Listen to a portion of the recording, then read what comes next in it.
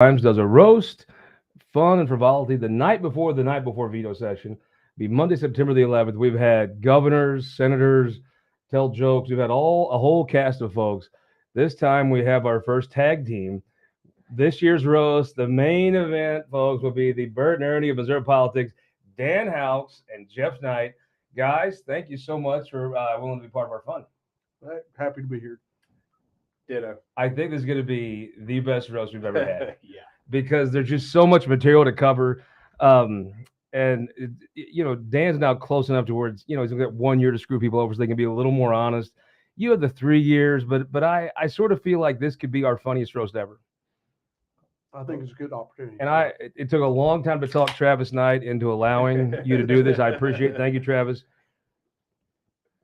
Guys, I'm just shocked that I don't know how you talked Kenny into giving you the night off to come out and be roasted. I mean, it's going to be great. Maybe he should be a part of it. I think that'd be outstanding. I've seen roasters like Ron Richard last year was so unfunny and went all the way around the world from unfunny to hilarious because he just straight deadpanned the jokes. And the first one was a little awkward. By the second one, I was dying because he thought these jokes were very funny, and they were not. But they were so not, they became funny. Schaff did that one time. But Ron was a great guy. Ron Richard. Talk about a guy that loved Missouri. If you had a career, if you're going to politics, you had a career, not just for the successes and the titles, but if you wanted to actually accomplish things, look back on something worthwhile, worth driving to Jeff City for 5 months a year. Damn, Ron Richard had a life where the state's way better off. It is.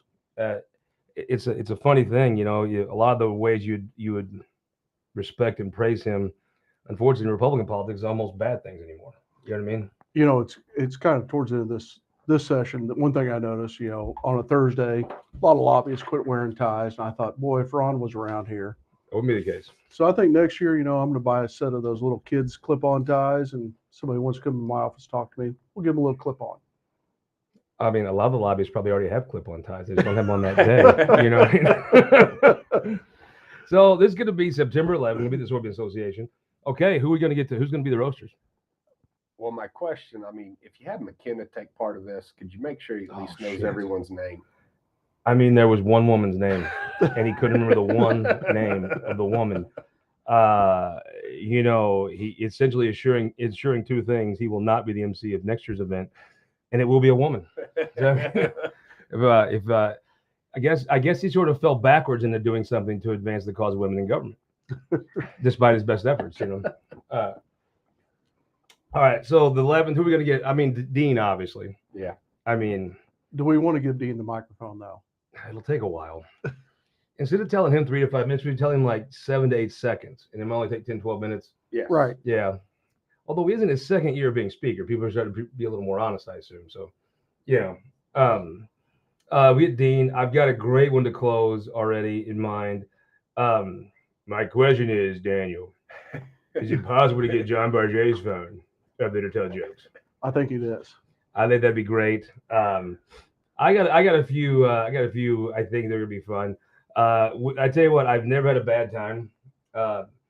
Some people are funnier than others, but for the most part, it'll be a good time. And then obviously, after people are done, then you two come up, and I mean, you have to coordinate how you're gonna do this. But I mean, my assumption is it's a target-rich environment. It is. Right. Sorbian Association is very nice. The beautiful building. Last year the weather was perfect. It just couldn't have had a better evening. I think this year we may change up just a little bit on where we have it, but it's a cool place to do it. Well, I got you. Let's talk a little politics. Sure. Let's do a little on the session. I guess I was there's an old Hank Williams Jr. song about being a dinosaur. I think I'm a dinosaur because to me, if you're a Republican, you generally want the government to leave it the hell alone. And the fewer laws y'all pass, the more people you're leaving alone. So I saw some of the people, and it's mostly, as always, the suburban people, whine about you not passing more laws. And I'm like, I just don't really think the answer to Scott Faughn's happiness is more freaking laws.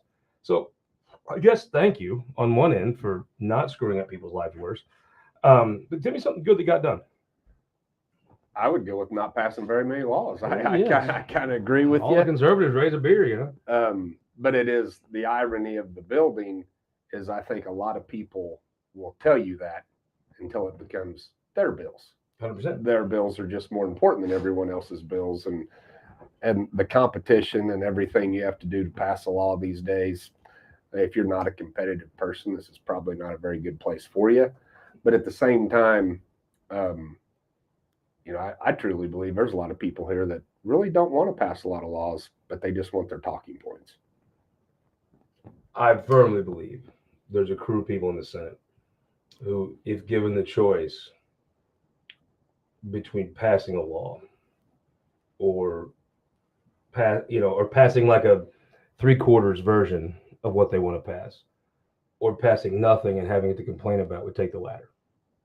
And there is a real, and I think it's culturally, there's a mentality of I want what I want it all right down. No, nobody can change anything. Or you're a Satanist, rhino, what comes to me, whatever you want to call someone. That immaturity is pretty rooted. I always thought, like, generally in the Senate, there's always been somebody that stands up and is like, now hold on, this is ridiculous.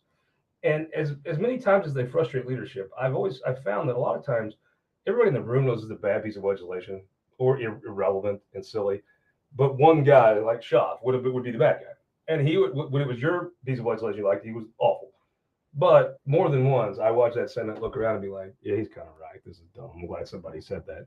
Crowell filled that role before him. But when you have both of those people, now Jason Crowell did run for Congress. It opened up, but Rob Schaaf was not positioning that for Facebook to another office, and really Crowell wasn't. The congressional just kind of happened on the spur. So he was out actually, so he didn't even have time to leverage it. When he was in the Senate, I don't think he ever running for another office. I think he knew it was probably not in the cards for him. When you want to run for another office and you want to be that guy's really not a politically ambitious guy. And so it kind of turns a little bit. And then, I think Mike Moon 100% believes everything he's doing. I don't think it's a game at all. I think that's what he thinks is the right thing. And now some others, I think, maybe a little political calculations in that. Speaking of some of these folks, you all are out in the real part of the state talking to folks. Lebanon, everybody was Republican, right? Every single. Do they even have Democrat primary ballots printed up? They have a few. Well, it's nice of them. If nothing else, they can sit there on the table and not feel bad, right? How's that governor's race shaping up? It's going to be interesting. I think, the more and more that our lieutenant governor gets out and talks, I think he'll resonate more with the Lebanon folks of, wasn't a politician to start with, earned what he had because of hard work and showing up to work and actually doing his job. That resonates in my district versus someone that's been in politics for a very long time. And with that being said, you're still going to have the Ashcroft name out there that a lot of the voters, which are elderly people, right? It amazed me the first time I ran, they gave me a sheet of everyone who voted, and their ages was on there. And you flipped a lot of eights in there, huh? Yeah, you flipped like 3 or 4 sheets, and there wasn't anybody in their 40s. And I'm like, oh my gosh. So I think it's going to be a tight race. I think Mike Keogh's going to work his tail off to get around all those people in Missouri, and I think Jay obviously has his dad in the name. Dan really shouldn't. I mean, his political career is not real. I mean, his family founded the town of Williamsburg, so I mean, it's not. I mean, if you had people vote against you, I'd wonder what the hell. But you've had to go sit at that polling booth, right? Oh yeah. And there's nobody in their 20s. In a Republican primary on a hot day in August, you got 80s, you got 70s. You probably have as many late 80s, early 90s as you do 20s. Little 50s, your chamber of commerce folks in there. But you almost know the people that are 40 or know their dad, right? Yeah. Speaking of somebody big shout out, Truman the Tiger. I don't know that the world needs another lawyer, but get another lawyer from Lebanon. Our own Brady Hayes going to Mizzou Law, right? Good job, Truman. Way to go. It was a little harder than it needed to be, but I'm glad we got that done. Your constituent from back home. Brady's a great kid. He'll do just fine at Mizzou. When you pass that state budget and you pass that Mizzou line item, educate a guy like Brady, a Missourian, hopefully he's going to stay in Missouri, make you feel a little bit better about it, It does. That's Brady has done well.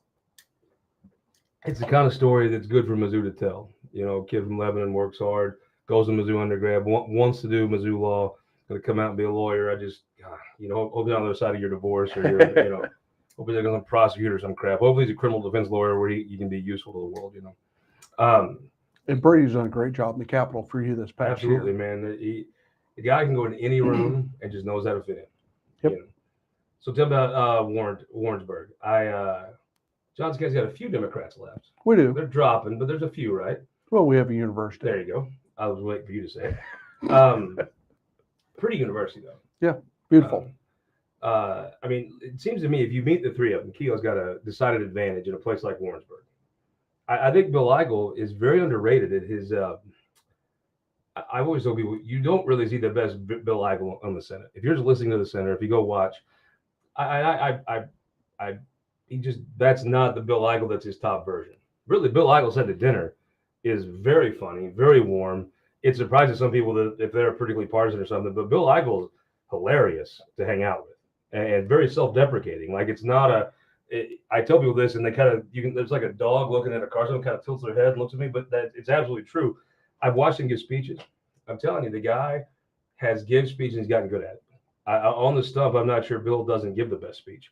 And he's been attacking the front runner. People say he's going to drop out. Like, I bet you if we were just having a beer and somebody says he's going to actually fly, we said, nah, fly for something else. But I just don't know why you'd attack Ashcroft if you were going to drop off to do something else. That wouldn't be the move. I think I may run. And, you know, he's put together a good chunk of money. I think he's going to have a big quarter. And if you're on the stump and you hear the three of them speak, I mean, Bill Eigel is not it is not beyond the pale that you're going to walk out there and vote for him, especially get in the suburbs where that's what they want to hear.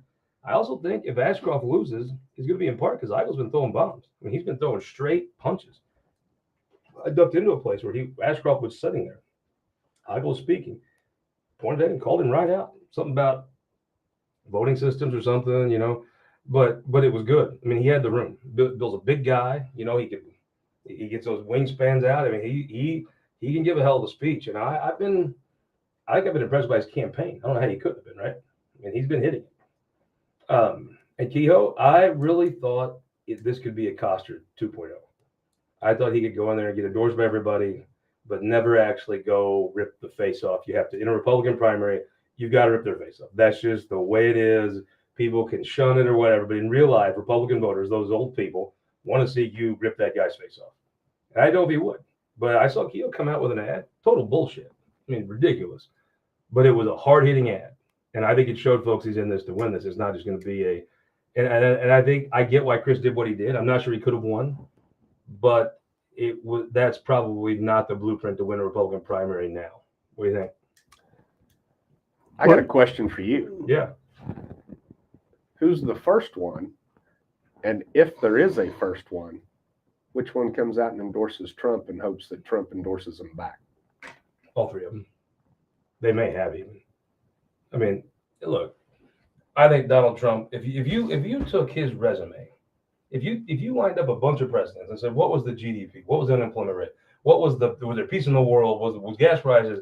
Go through what was the economy doing well? I mean, Donald Trump's resume on paper is impressive. To the people that did Roe versus Wade, he put the majority on the Supreme Court to make that happen. If that's what you think? I mean, if you're a conservative Republican, I'm sorry, Trump was wildly successful, but he acted like a jackass a lot too, and he'll never get his due because of it. But acting like a jackass, you know, I noticed something in Johnson County. Trump overperformed, but he didn't really overperform a great deal, right? I watched in Southwest Missouri, Trump did not overperform a Republican. In Central Missouri, these Catholics that they don't drive their money, they don't wear their money, they don't have 3 ex-wives, they don't grab women on buses or whatever. He didn't overperform in Central Missouri. He overperformed in South County, St. Louis, Eastern Jackson County, Jeffco, and the Boot Hill. And those union guys, those folks love him, and they don't care. And you could say what you want, and they don't care. And I think the indictment stuff's the best thing that ever happened to him. I think he ends up, the people of this state have a connection to Donald Trump because that show me state mentality, that push back against whatever folks are trying to make us do. Our mascot's a mule for a reason. I think Trump's go screw yourself attitude, I think it lands with people. You know, I think the people that he has a very special relationship with the people of this state. I mean, the only guy that ever outpaced him was Lincoln. They didn't let the Democrats vote in that election. So I think they'll also endorse him. And I also think, You know, the guy that can be the most Trump-like is Kehoe. I mean, I don't. Jay Ashcroft has a great case to make, a great family legacy, but he didn't go start companies, which Trump did. Bill Eichel did, but it's solar is a little harder to, to a Republican primary voter. It's a little bit different than I'm selling F-150s, right? Mm-hmm. But Kehoe has the ability to be that brash business guy, that Trump guy. I mean, he could absolutely come in and be Trump. And I think the more you see of him, I saw him on the horse, like that video. Yep. I mean, what did you think of that? Oh, it was awesome. John Dutton. That's what I thought. Yep. A great thing about this time around, Trump doesn't have to say I'm endorsing Eric, because there was two Erics. See, that's the kind of stuff that Trump does. At least there's different names. What? Like if your brand is I got balls, that was not balls. That was just dumb. That looked like you promised you was going to endorse somebody. You got cold feet about it and backed out. Right. And then, which is like the thing Trump wouldn't do, right? That was so stupid. I hope Schmidt, I'm looking forward to seeing Schmidt maybe dive a little more into some of this procurement stuff for the state. He's had time to put his feet wet, and now obviously he's got to have some political capital after that 3-run triple in the right baseball game. So, I mean, a hell of a job. So the other one. So let's walk down this. Plunkett running for lieutenant governor. He hadn't made an announcement yet, so. Plunkett running for lieutenant governor. I mean, I do think though, speaker's a very hard job. There is no job that tears you up personally more than speaker. I look at the tolls, look on other people's lives. It's very hard. Running statewide and being speaker, very tough. I think you almost have to be. Are you gonna, especially I'm sure he'll have some kind of primary that'll be very serious and that'll be tough. Are you the speaker and a statewide candidate, or are you a statewide candidate and the speaker? That's going to be interesting to see him balance over the next year as if he ramps this up. It would surprise me if Caleb Browden actually ran statewide. Most of the time, Caleb Browden has been pulling the plow. He'll have done it for 6 years now in Senate leadership. That is a long damn time. I mean, I don't think Caleb Browden maybe is done politically. Well, I just would think. I mean, he's had 5 of the tough years too, man. I mean, just from a needing to catch your breath standpoint, I wonder if he doesn't just want a year or two just to be like, geez, tap me out for a minute here. And he's earned it. And I think Caleb Browden could come back in 5 years, and a lot of people take his phone calls and be very willing to have a guy that's got a cool head and a smart guy dive back in. But Holly Rader looks like she's running. But it's funny, people don't make these announcements, right? I guess they wait till after the quarter or something to try to. Every consultant will give you some great strategy about it, I assume. But when you just shut your eyes and think what the governor looks like, though, doesn't he kind of look like Dean Blocker? Well, really, you're putting us in a tough situation. Dean's a great friend of ours, and I think a great speaker has great friends around them and great staff. But friends also help out a tremendous amount. And I look back, I came in under Todd, and I always think back with Todd Richardson and the people who he had surrounding him and the things that were made then. And we talked about how many laws were passed. Under Todd, we were passing 150 laws at a time. This past year, 43. It's dwindled down since there. COVID got Elijah. Vescovo just did his own thing. But, I think I could see more bills passed next year under Plunkett than this year, whether it hurts or helps. Good, though. I mean, the problem is we passed a lot of individual bills under Todd. Mm-hmm. And now we're making these giant omnibus bills. What do you do about it, though? Yeah. I mean, if you're going to have, I think sometimes, some of the folks that are killing legislation could be, it almost feels a little disingenuous sometimes, to be honest with you. And I wonder, you could sit down with someone in the Senate and say, these omnibus bills are a bad idea. I think every single legislator I know would say these are a bad idea.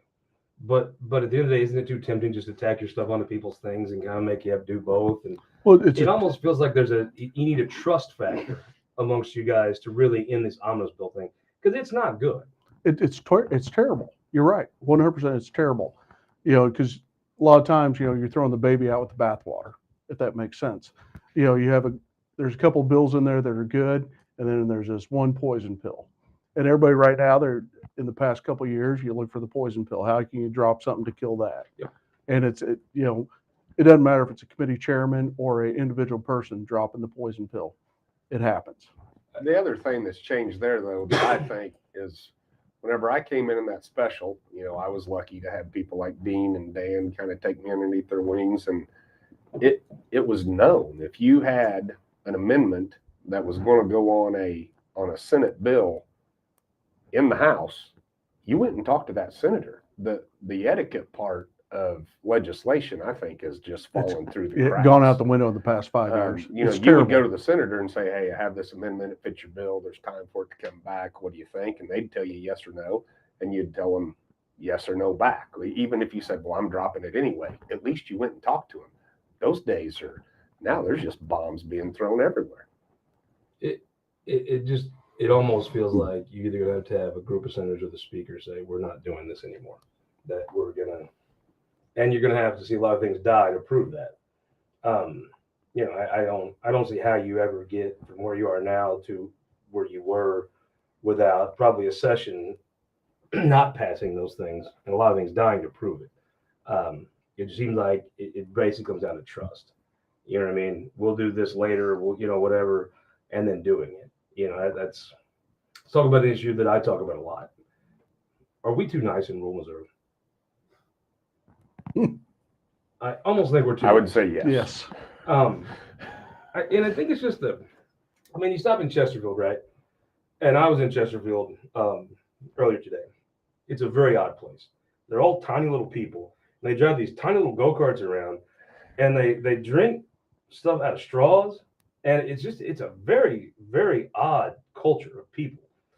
And they're very demanding, and they whine all the damn time. You can just tell the little angry little fellas, driving little tiny cars. But I think it feels like you get in that caucus room, and the suburban people go, now, by God, we have no gay people can smile now. No bad people.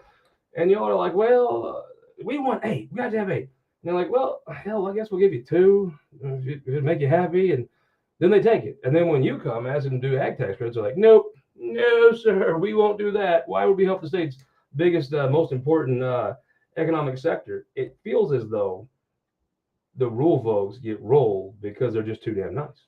Well, you talked about that ag bill from special session last summer, and Speaker Plucker did a tremendous job getting people together to get that thing passed across the lawn. We can only get rural legislators to care about rural Missouri as much as Dean Plucker does. You're exactly We'd be right. so much further on. And I just think it's great you're making fun of David Gregory living in Chesterfield. I mean, yeah, I hate that. Although he does drive an F-150 in Chesterfield, I appreciate his efforts. He was running statewide. Yeah, trucking boots. Well, and I figure he bumped at the top of the market if I know David. Right. Paid full boat. He's going to do a hell of a job in the Senate. Yeah. I tell you, you miss a lawyer when you need one, and I don't think you need a Senate full of lawyers for sure. But I think you need a few, and David Gregory's smart. And I watched Sifton so many times help Republicans with their bills because Sifton's just a good lawyer. And David Gregory, to me, is on that level of, man, he's a good lawyer. If that guy's in the Senate, whatever he chooses to go after, that law background, I think it'd be a helpful senator. Well, we joke about David all the time, and if you run into problems, shut the hell up and call David Gregory. So, and whether it is whatever in life, whether you're in legal trouble or whatever, shut the hell up and call David Gregory. He's got a different view on things. I mean, I hate it that he has to live in Chesterfield. I don't know what. I hope things turn around for him. Well, I know my son. He did a year at Baldwin. He told me he'd rather done 2 in Folsom, but he got liberated. He doesn't have much. He doesn't care for Zelensky's whining much because he's like, wow, I did a year of Baldwin. Hell, you don't know his struggle. Little whiny suburban people. Let me thank a couple people here. Number one, thank Travis and I for this wonderful campaign koozie. Then my buddy Billy, the guy whose birthday it was this week, who we talk building, we talk politics all the time, sent me these log cabin candidate Whig convention. I think log cabin meant something different. Republicans. Kenny Holsaw for Congress. UAW in here. Spainhauer. I saw Tekla last night. This is Jim Spainhauer from back in the day. Thank you, Billy. We'll look at these as we go through the summary, but I really appreciate it. Also, guys, let me ask you a question. if you're coming up for the roast, you're coming up for interim committees, coming up to see whatever you're coming to town for, where do you stay if you want to be taken seriously? Marriott Courtyard. Done, right? I mean, there's just Great place. you're either at the Marriott or you kind of suck, or I always say, because it's full a lot of times. They started advertising on the show, and things just have their own way of working out. If it's full, you can lie and stay somewhere else and just show up there at the bar a little bit and hang around. But it's got to be full or people call you out.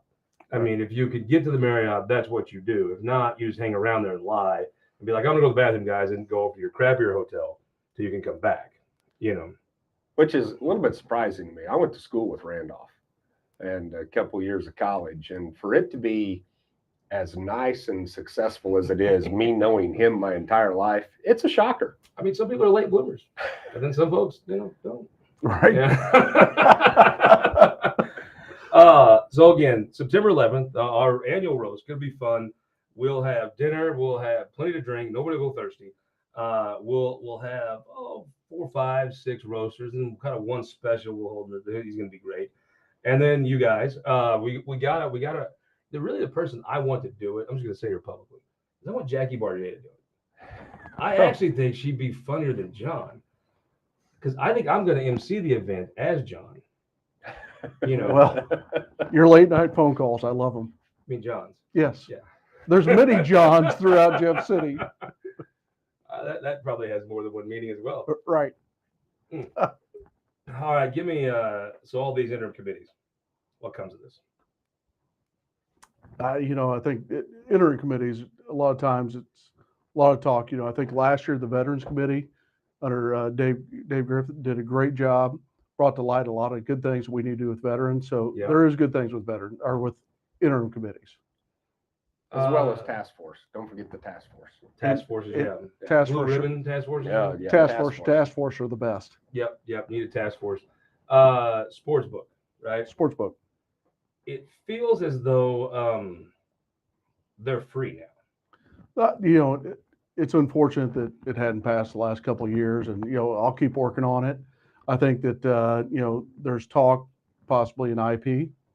Whether That's the what they teams do, right? Yeah. I mean, if you were them, you'd go get Patrick Mahomes, Adam Wainwright, put them on TV, and I don't really care what they would be for. I'd be like, well, I'm for that, right? Right. I mean, I also think regular people you can't say you're the party of freedom, except you can't spend your money, you can't have sex with who you want to have sex with, can't spend your money how you want to spend your money.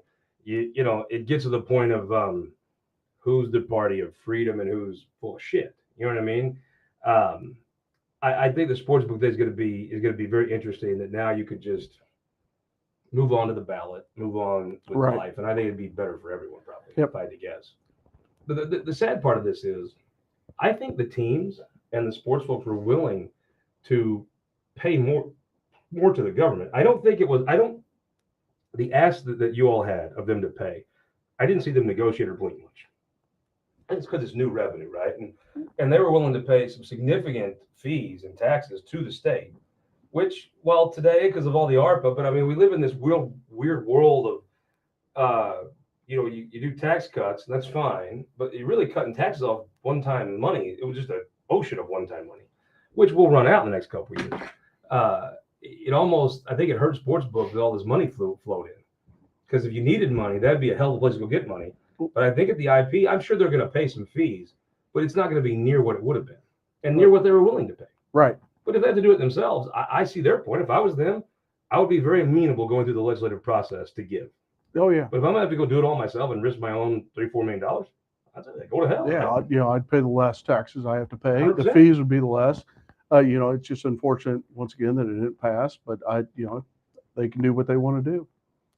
Freedom. Like a volunteer bargain now. You're not going to get much there. Right. They're going to cut you the bone, as they should. I tell you, guys, next time you go up to do your pheasant hunting, stop in St. Joseph, United Fiber up in St. Joseph. They're the model for a co-op to come in and run fiber. They not only ran the co-op's territory. A lot of the ISPs were in the suburbs. In St. Joseph, the co-op came in and did that. Now they're running into the city because they're wanting them. One of the only things, it's kind of funny, they're going from the country into the town, where normally fiber runs the other way. They've run such a tight shop. Jim and those guys know how to do it. I think nothing changes the state more than rural broadband. And nobody's doing it better than folks up in St. Joseph. Big shout out to Roy Blunt that Absolutely. continued that on. We've got another 1.4 billion for the state for rural broadband out of the 42 billion that they just put forward. Correct? You have to go see Caleb and say, "Hey man, get in there, get this internet on." You know. I'll give a small shout out because I still don't have it in my house. My parents finally, so Got indoor plumbing. Indoor plumbing, and the same year they get indoor plumbing, the Netflix thing. Netflix was not a thing in Stringtown. I mean, theoretically you could get to the website, but if you tried to click the video, it would just spin. There was no Netflix. They got the Elon Musk thing. It's like a satellite. Something. Oh, Starlink. And Starlink. it's actually pretty good. You know, not bad. Well, they can watch Rocky Miller's favorite show, Ozark. They can finally. Yes, they finally can. The one he was the consulting executive producer on. Right? Yes. Yep. The Indian outlaw himself. That's who we got to get to come up. No. We gotta get the tribal chief to come up. Yeah. No. Oh, he'd be good. Rocky, I actually, Rocky every so often does watch this. So come on up, man. This would be outstanding. Would love it. All right, let's talk a little bit more house business. Next year, what happens? Do you guys just go into caucus and finally just say, I'll give the certain people what they'll shut up? Or do you think folks are like, no. You're gonna deal with us fair or not? We're not dealing at all. Let the suburban people screw up schools. I think now they decided they can't cut taxes anymore at the state level. They want to cut like the ambulance districts. Well, that seems reckless as hell. You know what I mean? If you want to cut the ambulance board budget, run for the damn ambulance board, right? If you want to cut the drainage district budget, go run the drainage district. Don't run the state legislature, right? You deal with that many people though in one caucus, and you can have, 70 of them, 80 of them agree, and you have 30 that says, yeah, but I want more. And I think we go to these caucus meetings and you bring up a topic and everyone goes, yes. And you bring up another topic and everyone goes, yes. And then you get to session. It's like, what did we talk about this last summer? Do you not remember the meetings we had last summer? And they just go farther. Yeah. My opinion. Well, I just think you got two different kinds of legislators anymore. You have your legislator that generally is a lot from the suburbs, obsessed with Facebook. And the fact is, on Facebook, the dumber and crazier the thing you post, the more response you get. They're addicted to those responses. So they do dumber and dumber things to get more responses. Then you have your folks that have a Facebook account, but it's like, if 10 people like a picture of their kid, they don't care, or 20, or they put up how they voted on something and some people don't like it. Well, if you have a friend of yours or whatever, but it's not how you derive your gratification for doing the job. And I think that's the difference. Is there's some folks that derive their gratification from how many likes on Facebook they get. And I think you see a very immature, just piss poor level of legislating because it's not this 2 + 2 = 4. So I like Chris Finelli, right? From the craziest part of the state. I mean, hell, they should move that mental hospital to St. Charles County. It makes it all those people have to drive a lot shorter drives to see their kin folks. But for Phil, 2 + 2 = 4. Like he probably believes on like the silly, Washington D.C. stuff. But 2 + 2 = 4. And if it doesn't, I've watched him say, no, that actually doesn't make sense. And I respect that. That to me, you could be conservative or liberal, but care about the state first, right? Mm-hmm. Have a basic give a damn. You know what I mean? Before we get you out of here, AG's race. What do you think? That's a tough one. Everything's up in the air. I do like Andrew Bailey. Personally, I'm for Andrew. I would have to agree. Been there, done that, incumbent. He's doing a good job, right? That's the part of a race that's tough is when you have two people that generally agree on everything, and one of them's doing a job that probably about like the other one would do. It just gets personal and mean. Now I have a theory: when they go low, I go lower, but that can make for a long summer of television commercials, right? And I assume a long year and a half of partying and fighting. But it's actually more fun to watch you guys fight than anything else. I mean, I think most people enjoy it. Yeah, which brings us back to the roast. Thank you guys very much. I appreciate you doing this. It will be fun. We will be announcing the different people we're getting to roast here on the midweek update, and hopefully, maybe the week or so before we could do this again. You betcha. Thanks, and I appreciate it again. I got one more shout out here Thanks, Billy, for these. They're outstanding. I'm going to go down. They'll be on our UFCW Scarf before long. Chris from South City, St. Louis. Thank you so much for the Budweiser Stein. I love it. Isn't that cool? It's a different design. You can tell it's a 70s thing. Very cool. Yeah, that's neat. Thank you guys very much. And no show this week and next week. Lazy as I can be. But we'll be back in I guess 2 weeks from Sunday for this week of Missouri Pods. We'll be back here.